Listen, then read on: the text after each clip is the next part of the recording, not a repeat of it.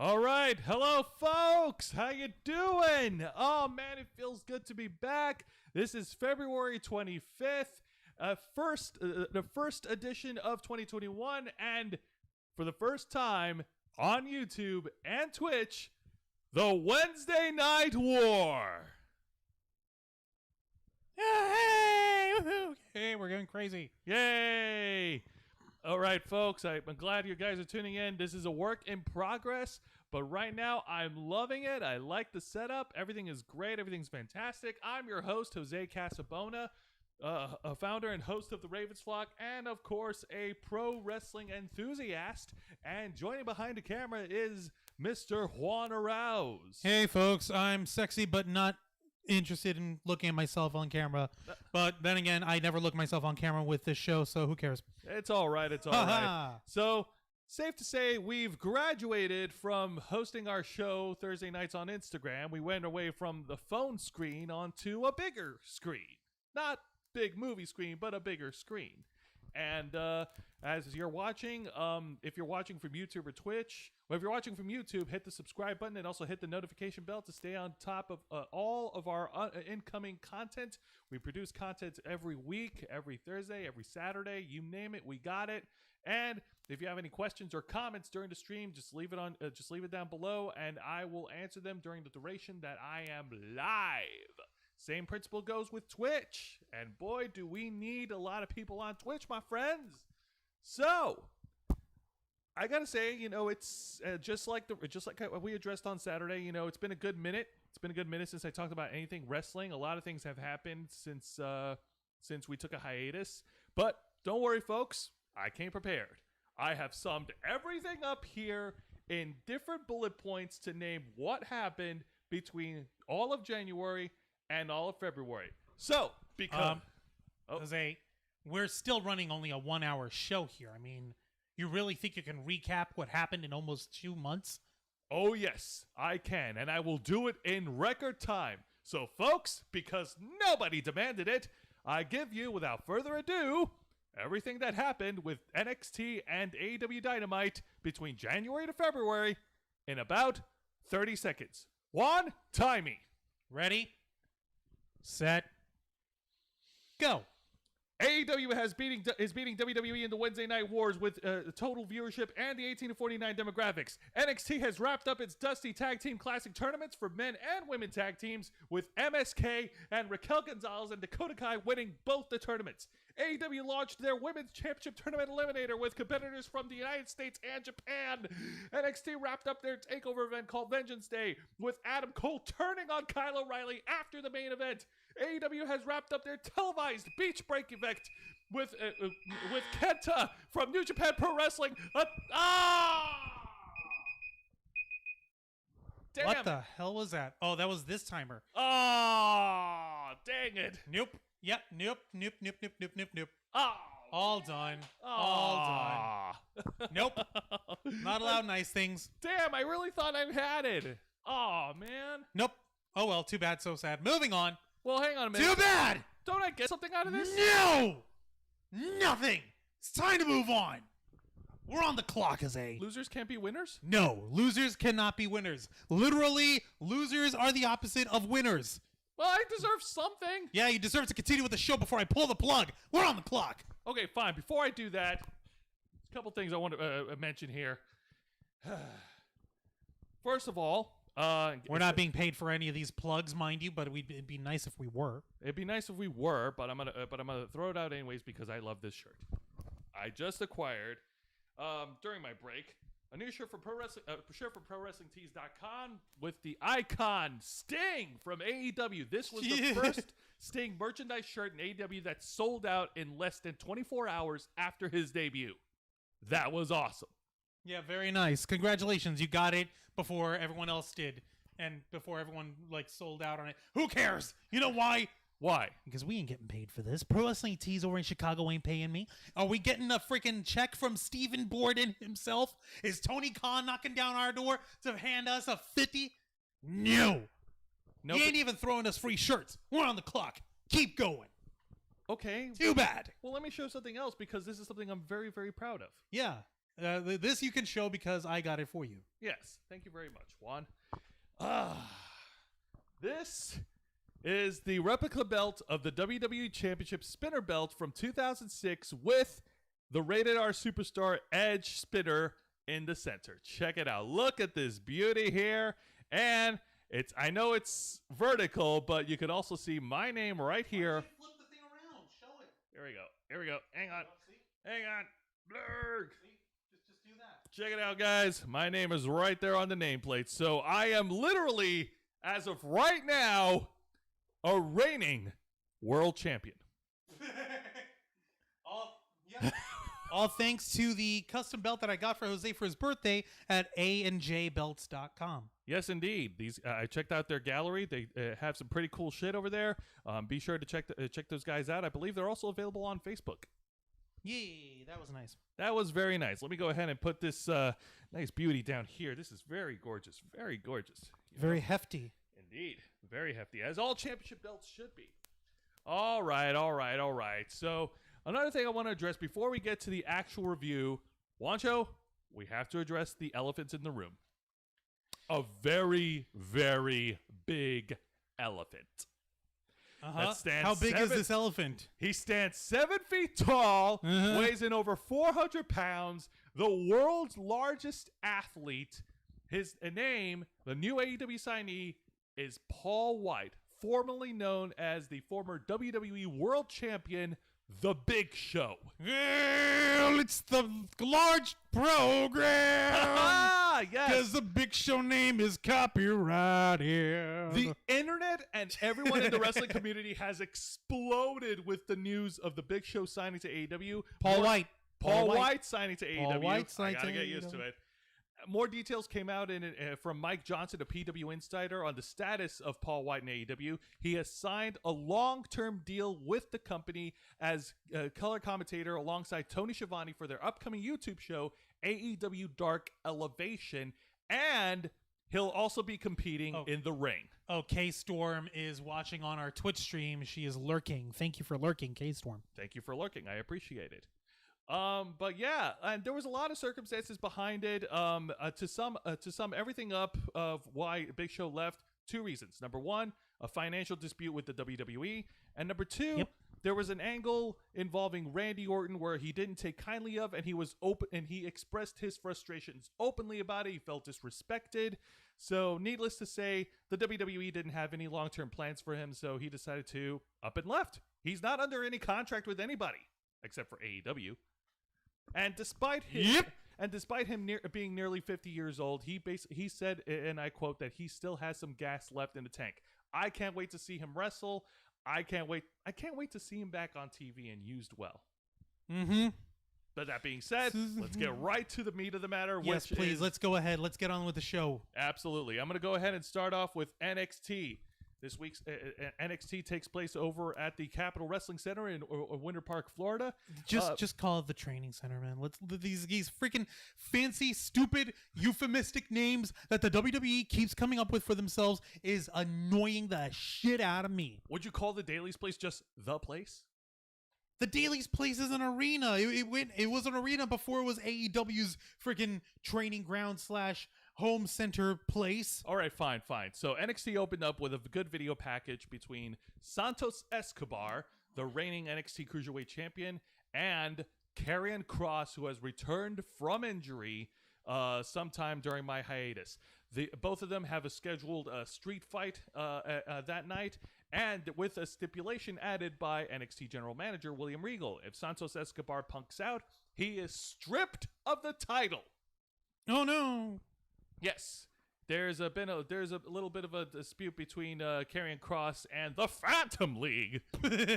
I can't believe that we still here's the funny thing. If those of you who are joining in for the first time on Twitch and YouTube, on Instagram, we would call the Liga del Fantasma the Phantom League because that's what it literally friggin' translates into in from Spanish. Indeed. And It sounds silly, but it's only because these guys are like, oh, we are the league who model ourselves after this great famous Mexican luchador who never once had a single frame of his work shown in the WWE ever. So why the hell are we supposed to care about a legacy of a luchador who was never once featured in the company that they're trying to make him a big deal in? I'll let you know when we shouldn't. That's why. Moving on. I'll let you know when I find the answer. He's certainly not going to find the answer in this upcoming street fight. Then we kicked off with the first match, which is Dexter Lumis, the creepy guy with the stupid look. Wait. No, you have to get the look right here.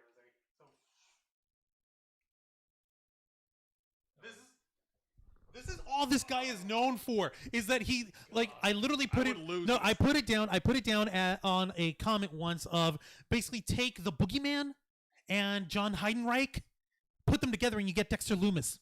I would lose in a staring contest against Lumis. That's how fucking crazy he is. And he faces NXT's North American champion, Johnny Gargano, being escorted by his faction. I shit you not, it's called The Way. Which features... they're calling themselves The Way? As in, this is the way? Are they trying to hijack the popularity of The Mandalorian with this? Yes. It's no secret that Johnny Gargano and his real-life wife, Candice LeRae, are die-hard, hardcore Star Wars nerds. Nerds! But then again, who are we to talk? I mean, I got a freaking lightsaber in the house. Yeah, exactly. So, it was a good back-and-forth match. Definite with... Johnny Gargano trying to use his cohorts, his buddies, to his advantage. You know, the numbers game. There's a couple of spots I wanted to point out that I swear to God I got like CM Punk vibes. There was a spot where Dexter Lumis hit the running knee and did the bulldog from the turnbuckle. Yeah, that was a CM Punk move. Then, of course, now there's a storyline behind this. Apparently, around NXT TakeOver Vengeance Day... Seriously, they missed a boat calling it St. Valentine's Day Massacre. Oh, yeah. Did they really, though? Yeah, but the pay-per-view took place in Valentine's Day. They could have gotten away with it. Okay, yeah, that's a bit of a missed opportunity, I guess. Yes. Keep going. All right. During the takeover, Dexter Lumis kidnapped Austin Theory, put him in the truck, and then then last week they found Austin Theory and he's okay and he's all happy and he was all dressed all mismatched or whatnot. And then there was a little bit of confusion ringside. Austin Theory is trying to convince these guys like, oh no, Dexter Lumis is a good guy. And then Andy Hardwell was acting weird around him. What? I don't know. What the hell's trying to say that he's a good guy? I think they're trying to play off some sort of stupid like Stockholm syndrome with Austin Theory. And it's not good. Is he supposed to be like, is Dexter Lumis supposed to be like a creepy, evil, like kidnapper or serial killer or whatever the heck he is? At this point, I don't even know what Dexter Lumis is supposed to be. I don't get it. Good God. But, of course, this was a non-title match. The match ended with Dexter Lumis picking up the win after he locks in the Anaconda Vice. And again, another CM Punk move. Uh-huh. Yeah. And to this day, not a single ice cream bar in sight.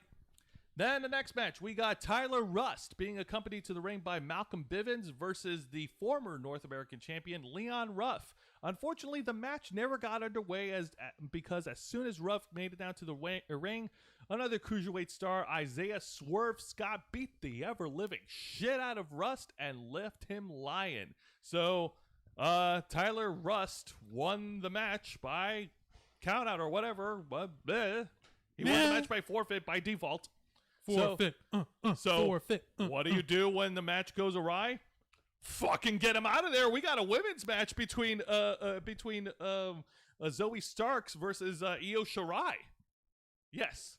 Current NXT Women's Champion Io Shirai has been tremendous since winning the championship last year at TakeOver in Your House. She's everything that she's lived up to, including her moniker of being the genius of the sky. We all remember her from that one meme that she's created, being in the trash can, jumping off of the top of the War Game cell onto all the women.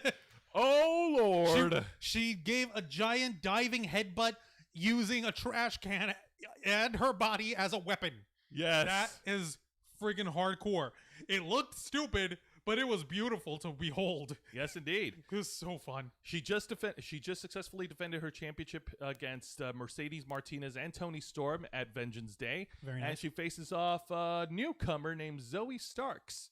And it was a pretty good back and forth match. Obviously, Io Shirai being the veteran in the ring, she was leading the match. Zoe is one of the newcomers that just signed in the WWE Performance Center. So, of course, in the end, it was obviously made to look. It was obviously designed to have both women look good in the ring. Shirai is the champion, Zoe Starks showcasing a new star, new talent, new skills. Nice. But of course, at the end, Shirai won with her patent moonsault, and then afterwards they shook and they hugged in respect.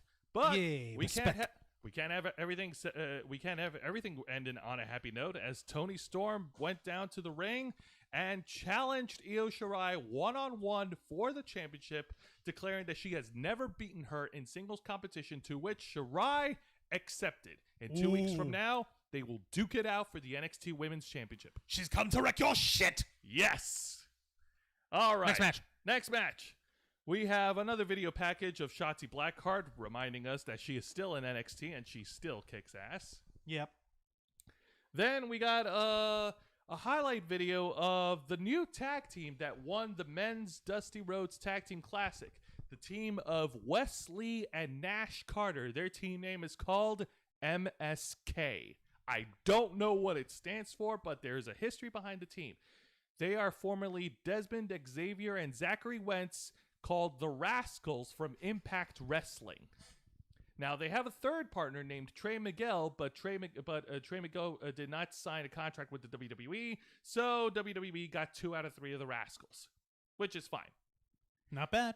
But at the same time, looking at this, like, okay, it's cool that a new team won, and that's good. You always want to feature some new up-and-comers in NXT and get them over. But at the same time, it's done at the expense of all the other tag teams in NXT that competed for the tournament. Like, I don't know. When I look at this, on the one hand, hey, I'm happy they won. But at the same time, I'm like, oh, great. You just proved that a tag team straight out of Impact Wrestling is better than all your other tag teams in NXT. I don't know. What do you think? Well, that's actually kind of difficult to gauge here. You see, like you said, they wound up making their established tag teams look like PP compared to these newcomers. But then again, if you want to give your newcomers a brand new fresh look and you want them to be like the talk of the town, you got to start them with a win. If you start them off with a loss, nobody's going to give a crap. They're like, okay, you just hired a pair of jobbers. You just hired a pair of losers, a pair of nobodies, a pair of dorks, a pair of spazzes, a pair of, as the late great classy Freddie Blassie would say, pencil-necked geeks. Ew. Do you want that kind of stink on your first day in front of the camera? Obviously not. Obviously not. So you go on and you give them a win. If they're going to have any sort of adversity, if they're going to be losing, then they better be losing against someone who's already established and who says, hey, these guys are trash and we're going to kick their ass and we're going to show you how much trash they are. And then they have to build, guess what? A storyline, a program to see our brand new tag team actually beat these guys. Okay. On that note, you are right. Yeah, of course I'm right. I know enough dumb shit about the world of professional wrestling to know what I'm talking about. Keep going. Okay, so then afterwards we have Zia Lee versus Casey Catanzaro. Now, the last time I talked about them, Zia Lee was in video packages. She was going through intense training alongside Big Boa and their mistress. I think her name is Min Wing or something like that. And then and she made her return, and ever since she made her return, she was on a mean streak. She was on a warpath, scoring victory after victory after victory. Like she looks like a rising main event star now. And in this in this match, basically, apparently Zia Lee and Catanzaro are supposed to be friends, but ever since she came back with a new attitude, you know, she's like, no, I must beat everybody and all that stuff. She's just not putting up with anybody's shit. So this match was pretty much one-sided. Obviously, like, Catanzaro, she put up a good fight, but in the end, Zia Lee won. She didn't win by pinfall, not by submission, but she won by beating the ever-living shit out of Casey Catanzaro, forcing a referee stoppage. So a good old-fashioned ass-whooping. A good old-fashioned ass-whooping. Oh, yes. And just as Casey was about to go to the Titantron and confront Boa and Mei Wing, Casey Catanzaro turned her attention and started beating the shit out of her buddy, Caden Carter.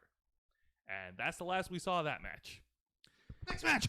Oh, yeah, by the way, something to point out. During the night, there was like different little video segments of apparently Cameron Grimes came back at TakeOver Vengeance Day, and he was bragging about how he invested money into stocks, and he was winning and he won millions and millions of dollars. So this little cowboy hat wearing little shit somehow got rich, and I'm like, what the fuck? Well, it's simple, isn't it? They're trying to play off of the whole thing of the game stunks. Yeah, that's going on. You have to understand, like they're trying to play off of that, Joe. Yeah, I know, and he was even acting like a shit with money, like he was trying to like. So he's acting like JBL. He's a low rent JBL. Come on. So he's acting like JBL. He's acting like JBL. Like he doesn't even wear a shirt. He just had a blazer on, pants. He was shirtless inside, and he had his hat, and he was making bets with random people saying, "Oh, if you can dribble this many times, I'll pay you this much." And he's been foiled time after time after time. It's silly as shit. I'm sorry. I don't like Cameron Grimes. God, even JBL will look at this and be disappointed. JBL don't give a crap as long as he can beat up people and get away with it. Oh yeah, that's true. Remember, he's kind of. He would sooner beat him up. No, he'll beat up anyone. He doesn't give a crap. Remember, he's a rich a-hole. He is a rich a-hole. All right, so next match, we got a good tag team match. I say good, not great. Holla, holla. Between the Scottish tag team of the Grizzly... Sorry, it's been a long time. The Grizzled Young Veterans versus the team of Killian Dane and Drake Maverick. Okay, couple notes. Number Quickly, one, come on. Dane and Maverick, change your goddamn entrance music right away. It sounds silly. And number two, no, other than that, like I said, this wasn't anything spectacular. It was just average. It wasn't bad. It wasn't great. Like I said, it was good. Of course, unfortunately, the Grizzled Young Veterans picked up the win. Then afterwards, apparently there was a post-match beatdown on Drake Maverick. Killian Dane had to escort him out of there. And then backstage, as Dane was tending to Maverick, Alexander Wolf, a member of Imperium, confronted his former Sanity member and basically called him out saying like, "Oh, you gone soft. I remember the time when you used to be a monster. You used to be ruthless." Yeah, right. Yeah, I know, right? Yeah, right. Oh, boy.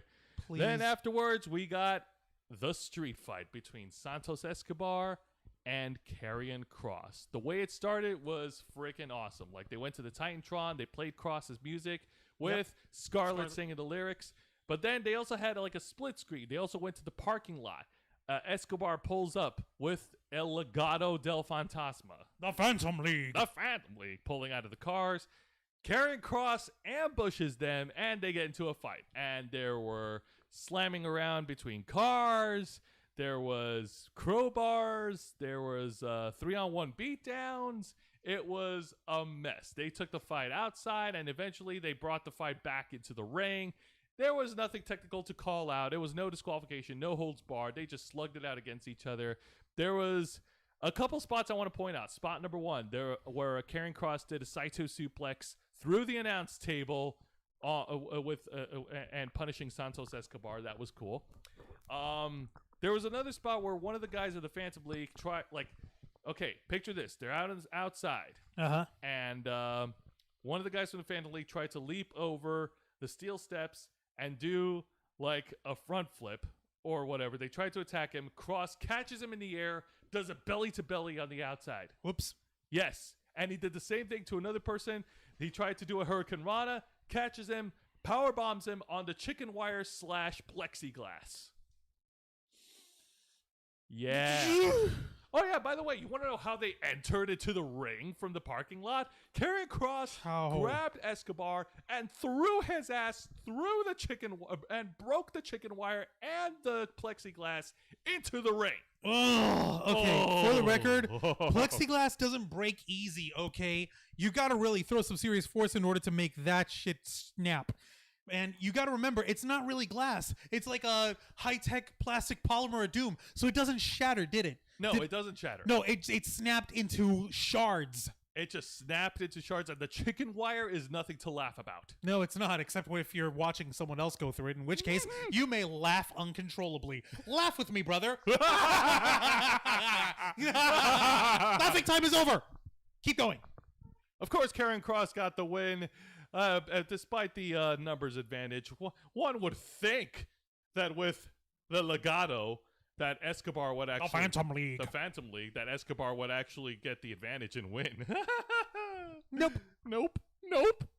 That's a big fat nope right there. And that was the main event match, but now we get to the main attraction of the evening. Adam Cole. Baby. Coming down to explain his actions on the circumstances of what transpired at TakeOver Vengeance and last week's NXT. So, to give you a bit of a rundown, after the main event of Vengeance Day, Finn Balor call it Vengeance Day? It's so weird. I don't freaking know. Like, okay, so is this like the one time of the year in the world of the WWE where one may exact vengeance? In that case, if that's the caveat, then what the hell are you supposed to do every other night when you're performing professional wrestling in front of a freaking camera? Are you not supposed to be vengeful against your opponent then? Maybe. Are all the matches only ever meant to be sporting competition? Was we reserve all our lust and desire for revenge on one day, like the freaking purge, and only on this one sanctified Vengeance Day? What is the meaning of this? Why? Maybe WWE is playing opposites, where they don't acknowledge Valentine's Day. We celebrate the day of love, whereas they celebrate the day of hate. Every day is a day of hate in the WWE. All right, so after Finn Balor successfully defended his NXT Championship against Pete Dunne, there was Kyle O'Reilly came down to the ring and basically celebrated with Finn Balor. So did Adam Cole. Adam Cole then super kicked Finn Balor, and then he super kicked Kyle O'Reilly. Yes. This was the split up of the Undisputed Era that we all waited for. It was a slow simmer. Like, they teased about it so many times, they finally pulled the trigger on it. And then last week, after the end of the main event on NXT, Adam Cole, again, attacked Finn Balor, and he attacked Kyle O'Reilly, suplexing him through the steel steps. Now, there was a lot of... that, of course, caught a lot of fire from the fans. People thought that Kyle O'Reilly actually suffered a legitimate seizure. The officials in WWE already clarified that it wasn't the case, that it was all part of the storyline. Kyle O'Reilly was escorted out of the hospital. Was escorted to the local medical facility. He was stretchered out. There was no real seizure. Kyle O'Reilly is just a damn good professional wrestler. Yeah.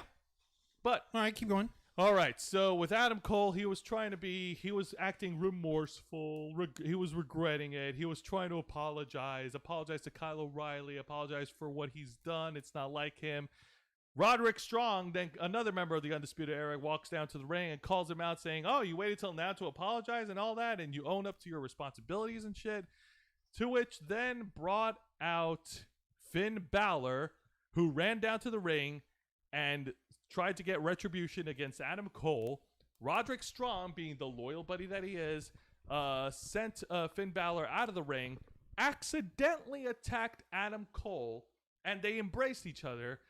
With Roderick Strong saying, hey, I'm sorry, we're family, we're like brothers. And, they hugged it out. Oh, yeah, that's great. Hey, you want to go grab something? Yeah, let's go grab a bite. And then Adam Cole low blows the shit out of Roderick Strong. Whoopsie. Yanks his Undisputed Era dog tags and calls him an idiot and stands over Strong, closing out NXT. Oh, no. So Adam Cole, in the span of 2 weeks, has single-handedly destroyed the Undisputed Era. So he tore his own creation apart from the inside. Yes. Like I said, this was a slow simmer. Juan, your thoughts? It's about damn time. It's about damn time. Not because we were bored with the Undisputed Era, but because we knew that each one of these guys individually on their own could be a force to be reckoned with. And so we all wanted to see what they could do by themselves. But the only way to do that is to make the Undisputed Era itself obsolete. Yes. So now it happened. Much like how Seth Rollins turned his back on the Shield. Yeah, that was pretty. That was pretty freaking hardcore. That was so brutal. Hardcore, I loved it. I love Keep going. All right, now we move on to AEW Dynamite. Woohoo! Hey. Yeah. All right, the show opens with a one-on-one match between Jon Moxley versus the real-life brother of Dolph Ziggler, the Holly dude or Hollywood dude or whatever he calls himself, Ryan Nemeth. And I shit you not, Ryan is wearing the same similar-ish ring gear as Dolph Ziggler wore around the early 2010s. Like with the short shorts, and he's got all that stuff. He's got like what the blonde hair. Okay, he's got the same peroxide hair, and he's got the same like sky blue and magenta freaking color scheme. Oh yes. And he's still trying to be. And is I need to ask you: is he also going for the I'm the combined version of Shawn Michaels and Badass Billy Gunn thing? Yes. Is he doing that? Yes. Is he really? Yes. So what the fuck is he doing there? Oh my god, I don't know. Of course, this wasn't a match. It was a fucking one-sided squash. The moment Jon Moxley slapped him to the ground and started beating the shit out of him around, the match didn't last long. Jon Moxley picked up the win with an elevated paradigm shift and cut a scathing promo against Kenny Omega, highlighting the importance of his upcoming match. By the way, the upcoming match at AEW Revolution, it will be Jon Moxley versus Kenny Omega for the AEW World Championship in an explosive barbed wire death match. I kid you not. Are these motherfuckers serious? Like, they're serious. The ring ropes is going to be made of barbed wire. The turnbuckles are apparently going to be rigged with C4 charges.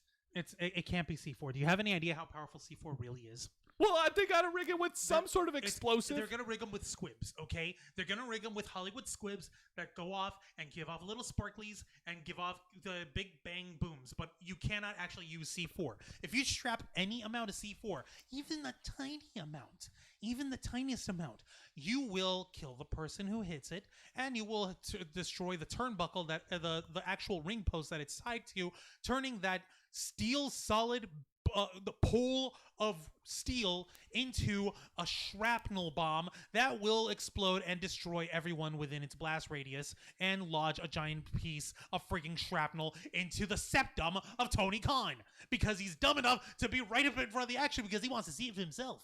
Oh my god. You think they're only going to throw C4 in there? Oh, did you see what C4 did to Chris Tucker in Rush Hour? No, you know No, Chris Tucker did to C4. He blew the hell out of a car with C4. All right, fair enough. But actually, Juan, since you mentioned that you also have some history with wrestling, you're a big Foley fan. The last time we had this hardcore of a death match, him versus Terry Funk, I believe it was 1989. What about it? That was the last time they had like such a barbed wire explosive death match, right? I believe so, yes. Yeah, well, you should know. You're a big Foley fan. Yes. So you should know. Yes. I should know. God, that was crazy times, man. I can't believe that they'll go that far. Yeah, you see, here's the difference. That's not C4! You can't actually put C4. They will explode your brains out. Okay, they fine. will kill things. All right. Well, hopefully it's going to be a slaughterhouse. It's going to be a slaughterhouse. He emphasized the importance and the weight of the match, and he basically capped it off by saying, and I kid you not, this will be a hint, win or lose, that an exploding barbed wire death match is a hell of a way for him to go out. Meaning Moxley?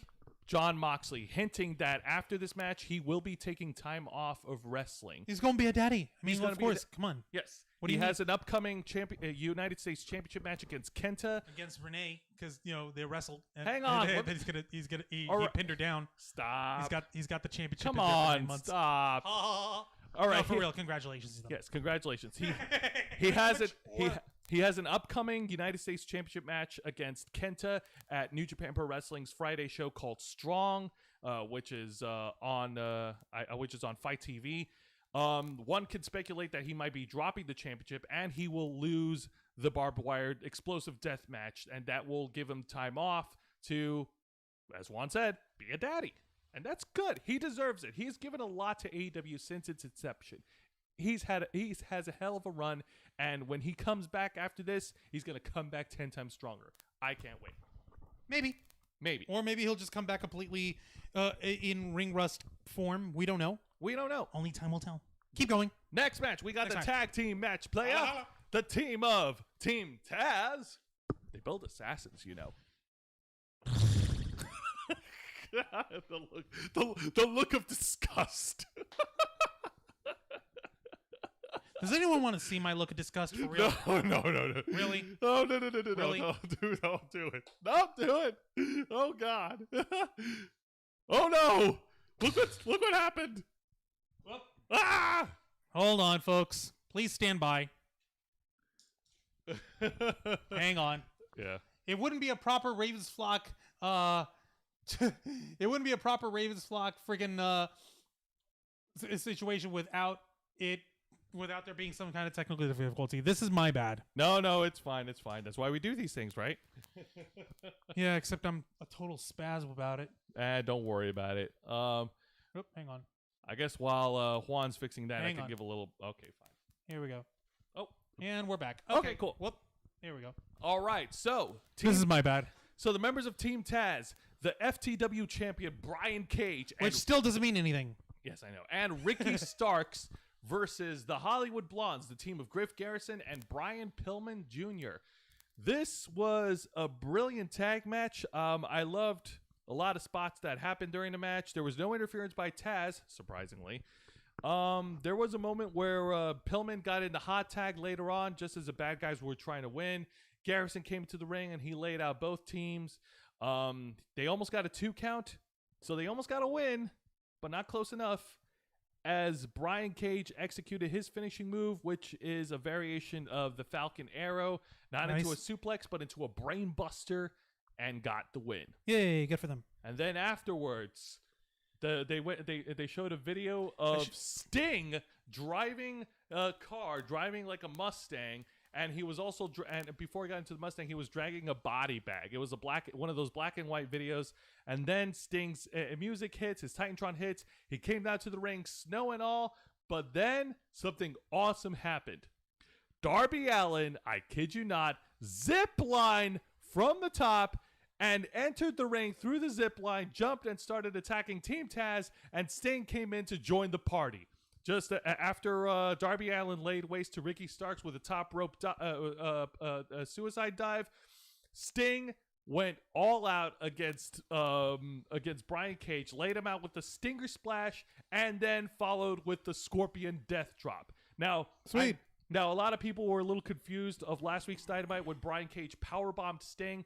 This was Sting's first in-ring bump since his match in 2015 at Night of Champions. Yeah, the one that Seth Rollins nearly broke his neck and killed him. However, after that, Tony Schiavone and Tony Khan, both of them have confirmed that Sting was medically cleared for in-ring competition, that he was medically cleared to take the bump. And Sting apparently requested to take that powerbomb bump.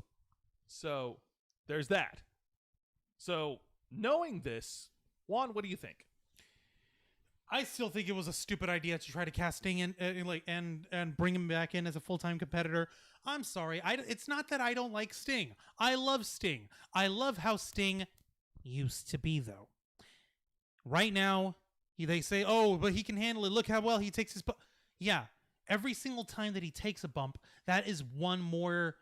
That is one more, oh shit, we just killed Sting in the ring. Yeah. Because of the stupid shit, like the reason why these guys are so anal retentive in the WWE when it comes to people's health is because they don't want, like what happened. Do you remember, I think was it Lucha Underground or was it AAA, where Rey Mysterio hit a dude with a 619, routine 619, just like always, and the guy wound up croaking from that. I remember. Yeah, it's because any one of these routine freaking moves could murder these guys, especially if he's already over the hill like Sting is. No disrespect to the man. He's in clearly better shape than I could ever hope to be, but there is no fucking way that he can continue wrestling at such a high pace with such high energy for too much longer. It's a disaster waiting to happen. I don't care how many times you clear him. It's a bad idea. It really is. Like, the powerbomb shouldn't have happened. Like, I was okay when I heard that he wasn't going to take any bumps, that they were going to have him in either tag matches or matches with stipulations to protect him, like street fights. But then they give us this because they don't really give a shit. Yeah. All right, keep going. All right. Next match, we got a good one-on-one match. I got to say, I miss watching Jake Hager work in singles action.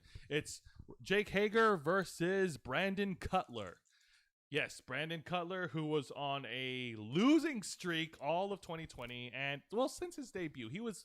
Well, I don't want to mince words. He was a jobber. He was a jobber who liked D&D. Any better than Joey Janela though? Because he's been jobbing like a bitch. At least people like Brandon Cutler. Nobody likes Joey Janela. Well, he does act kind of like a bitch, but yeah, you're right. Yeah, you're right. Keep going. Jake Hager, he made quick work of him. He made quick work of Brandon Cutler, laying him out with a lot of moves. Like, okay, a couple of things I popped for when I saw the match. He executed a wheelbarrow suplex. He did a deadlift German suplex. That was cool. And he also did a Vader bomb, or as he's called it, the Hager bomb. Whack. Shut up. No. Don't fucking take Vader's move like that. That's just cheap. Wait, hold up. Something happened with the video again. You see that? We're frozen. Oh, man. Hang on. Something's up. All right. I hate when this happens. Yeah. Yep. Never a dull moment with the world of the Ravens flock here. Never a dull moment. God dang it. But yeah, those were pretty cool spots that I popped for. There we go. There we go. And we're back. All right. Awesome. Back in action. So Jake Hager won after laying out Brandon Cutler with the clothesline from hell, and then the Inner Circle proceeded to beat up Cutler until the AEW World Tag Team Champions, the Young Bucks, ran off the Inner Circle and with Mike Jackson cutting a promo, calling out Matt Jackson. Matt Jackson calling out. It's Matt and Nick. Mike Jackson. I swear to God. All right. Never get to them. They will eat you. All right. They may so be Matt like weird Jackson, or whatever, but they will eat you. So Matt Jackson called out Chris Jericho and MJF, the tag team who they're going to be facing at Revolution for the titles, basically calling them out to confront them. And where's MJF and Jericho? They appeared on the Titantron backstage, and they have assaulted the Young Bucks' father. His Faja. Father Buck. You mean the guy who really shouldn't be involved in any of this anyway, but he is because he's an attention whore. These guys remind me of the fucking Paul brothers. Their fucking dad getting involved in their stupid shows and their dumb shit. To be fair, this was the only time I've seen this happen. With the Young Bucks involving the Young Bucks' dad. On screen, that is. On screen. Off screen and behind the scenes. Their dad is like, oh, but I make the music, man, and I help with the merch, man. I'm like, come on, man. Motherfucker, get out of your son's business. I mean, father supports his son. No, this ain't supported. This is hijacking. Okay. All right, keep moving. All right. Get me away from this part. All right, getting away from that. Then I keep rambling. Then we get to an interview with Tony Schiavone. He sits down with the best man, Miro. Oh yeah, this is still fun. Along with the newly married couple of super bad boy Kip Sapien and super bad girl Penelope Ford. They got married at their televised event on AEW Beach Break. It was lovely. It was nice. It was a lot of festivities. Wasn't it a giant catastrophe afterwards, though? Shut up! Nobody talks about... Yeah, there was a catastrophe. There's always a catastrophe in weddings with wrestling. But I will give them credit. They made use of the ECW legend, the Sinister Minister himself, Father James Mitchell. Oh, okay. That's cool. Yeah! Wait, why did he marry them? Doesn't that make their marriage unholy or something? I don't freaking know. It's super bad boy Kip Sapien. He doesn't do anything conventional. Oh, hey, our buddy Lester's watching in on our YouTube chat, and he's saying, go Brandon Cutler. Yeah! But anyways, so yes, the wedding, after they got married and after they kissed, it all went into a freaking, like, a giant ruckus with Chuck Taylor and Orange Cassidy. Orange Cassidy popping out of the wedding cake, by the way. That was funny. So they talked about it. Miro basically called Orange Cassidy a bad influence. He's willing to take back Chuck as his butler, as his manservant or indentured servitude, however you want to call it. And then Tony Schiavone received a little letter apparently challenging them to a tag team match at Revolution, to which Miro accepted the challenge on their behalf. Right. And then afterwards, he crumbled up the note and ate it. What the fuck? Okay, no, you're allowed to. Okay, if you have like a special note or whatever, throwing it out, crumpling it, whatever, that's one thing. If you want to be dramatic and like lighting it on fire, like burn after reading kind of thing, so it's like clandestine and espionage, that's another thing. But he just ate it. But he just ate the shit. He ate it like it's nothing. Ate the paper. Oh my god. Eesh. Either he either it doesn't affect him at all because he's the best man, or maybe after they hit cut, he immediately spat it out. But that's just freaking weird. Oh no. Yeah. But That's oh no. You want weird? Afterwards, Alex Marvez went to interview the AEW World Champion Kenny Omega and the Invisible Hand, his protege, his mentor, Impact's Executive Vice President Don Callis. They're apparently in a welding room, and I shit you not, they said it, that they're constructing an execution chamber for Moxley? What the hell could you be building? All right, Lester responding here. I believe Orange Cassidy should have been the TNT champion. He would have been awesome as TNT champion. He had a good match with Cody Rhodes when he was the champion, and they put on a stellar performance. Yes, thank you. But I want to get to this bonkers part. Like, what the fuck can you be building? You're already going to have barbed wire. You're already going to have exploding turnbuckles. It's a death match. There's going to be weapons. What the hell can you build that's going to top that? An execution chamber? What the fuck? Are they like putting him in where they're going to bathe him in acid? It's going to be a gas chamber? Are they going to behead him French Revolution style? What are they going to do to Jon Moxley? I have no idea. And how will he survive that in order to go see his brand new baby child? I don't know. It's just so weird. It's so weird. jarring. Next match. All right. Then afterwards, we got a video package of Jade Cargill and Shaquille O'Neal hyping up their tag team match against the American Nightmare Cody Rhodes and Red Velvet, a member of the Nightmare family. It was originally supposed to be Cody and Brandy Rhodes teaming up. Brandy also got a case of the preggers. Yes. And they announced it. It's going to be a girl. Yay. Yay. Good. Congratulations for them. But that being said, yeah, they're making it a big deal. I saw like video clips of them talking about it. I think they were talking about it in Sports Center, like ESPN or whatever the hell. It's brilliant. Their little girl's going to be un tacito de café con leche. She's going to be so cute. Yeah, well, I was talking about the tag match, not the girl. But okay, yeah. Well, I'm just realizing, oh my God, that's going to be so adorable. All right, keep going. Their match will take place on the March 3rd edition of Dynamite, so next week. Juan, are you hyped to see Shaquille O'Neal wrestle? Actually, wait. Do you think we're finally going to get the match between Paul White and Shaquille O'Neal? The match that they were supposed to have at WrestleMania all those years ago. My goodness. Nothing happened because Vince McMahon doesn't know how to work with people to save his life. Bro. Especially people who are bigger than his business. That's a golden opportunity. I don't know. Sorry. Okay, if they pull that off, they have to pull that off for a pay-per-view match, and they have to pull that off in front of a crowd.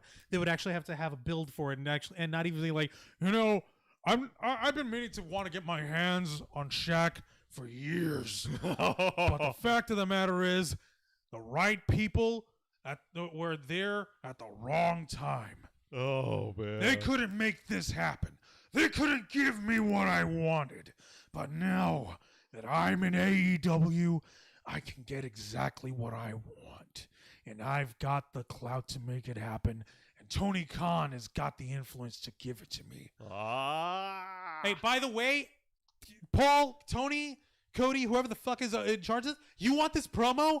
You can rip it right off of this stream right now. But you go ahead and donate to the Ravens Flock. Hashtag the Ravens Flock.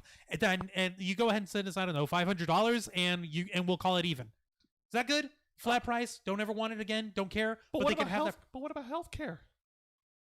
Does it look like we got enough money for healthcare? We're on the clock. Keep going. All right. So then after the video package, we had a good one-on-one match between Hangman Adam Page versus one half of Private Party, Isaiah Cassidy, who is accompanied to the ring by Matt Hardy. Matt Hardy is now playing a new heel persona where he's supposed to be this like big money like agent. Big money Matt. Big money Matt. I like it. I like where it's going. And he's trying to like protect Private Party. You know, he like for weeks he was pulling out these angles, like getting him to sign contracts saying, "Oh, I'll be taking this much percentage off of your revenue from third party services like Twitch and all that." Oh, is he fucking taking shots at the WWE? No, also at Impact. You got to remember when he was over at TNA, him and the rest of the Hardy family, like, oh, by the way, we're gonna take a percentage of your outside house shows. Your third-party house shows and shit. You remember that? Yeah. They're taking a dig at that, too. Oh, by the way, Private Party and Matt Hardy are also making appearances on Impact. So, yay. So this was a good one-on-one match. But of course, it was not. We have to keep Adam Page strong. He's going into the pay-per-view. So he won after nailing him with the Deadeye. And then afterwards, there was a post-match beatdown. Matt Hardy beat up Alex Reynolds and John Silver of the Dark Order. Well, actually, no, they didn't beat them up. He beat up Alan Angels of the Dark Order. He cut a promo on Page saying, "How dare you reject me? Now I will punish you, and I will destroy every member of the Dark Order, every one of your friends." He tossed Alan Angels out of the stage through a table. Wow. Damn. I like this. Now that is a very sharp twist of fate. Ha!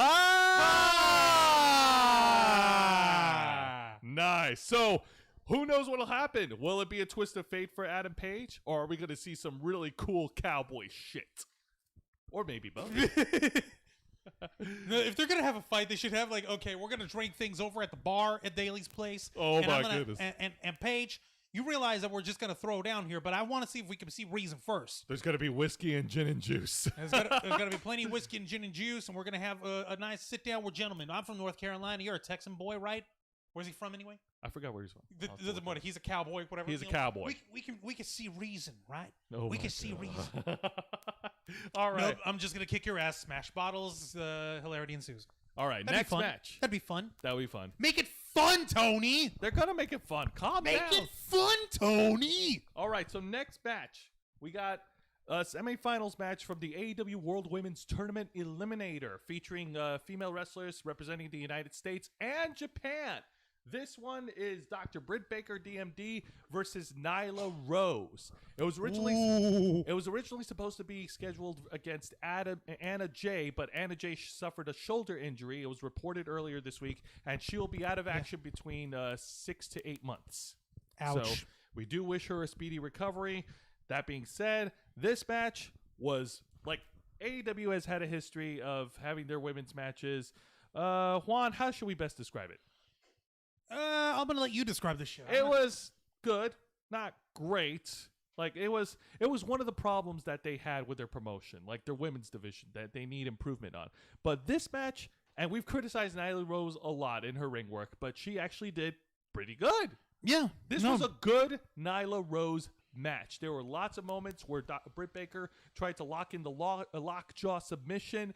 Nyla Rose used her size and power to break out of it each time after time, laid out Britt Baker with 2 beast bombs, and got the win. Yeah. And I think we're looking at a heel face turn with Nyla Rose, like, because she doesn't have Vicky Guerrero on her at her side anymore. What happened with that? What's up with that? Is like Vicky just on vacation, or what's up? I guess they just dropped the whole thing. Whatever. No, come on, man. Like Vicky, if you need a heat magnet, she is like freaking. She's an electromagnet of doom, of heat. All you got to do is put her in front of the camera, have her sneer at you, and all of a sudden you want to slaughter her and the woman that she's next to because she's just that insufferable. She's good at that. Jesus Christ. I have no doubt about it. But Corre like, la I've familia, if you know what I'm saying. I know. I've also been following other matches in the tournament, and yes, they have been showing matches from Japan on their YouTube channel.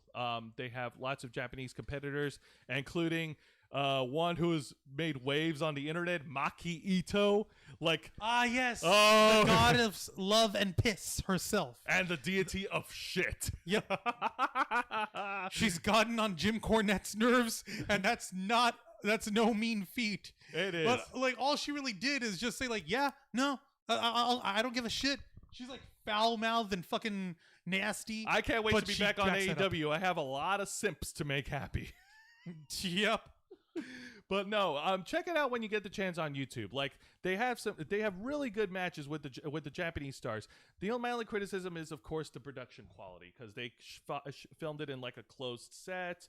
It was just a closed room with just the wrestling ring, and there was no video Titantron, just like a little stage thing. But that's okay.